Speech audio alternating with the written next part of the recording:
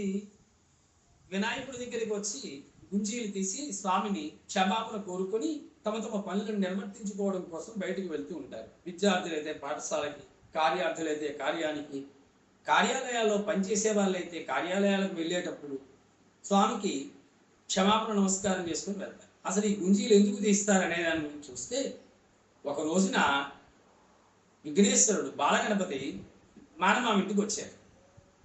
మామ ఇంటికి వచ్చి చక్కగా ఆడుకుంటున్నాడు గణపతి.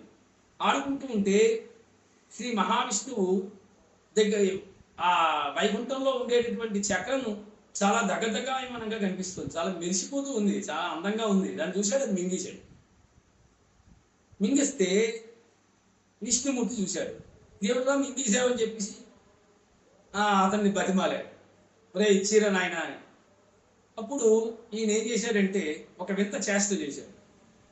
శ్రీ మహావిష్ణువు మహానుభావుడు, లోకాలన్నింటినీ రక్షించినటువంటి అంతటి మహానుభావుడు చెవుని పట్టుకొని గుంజీలు తీశాడు.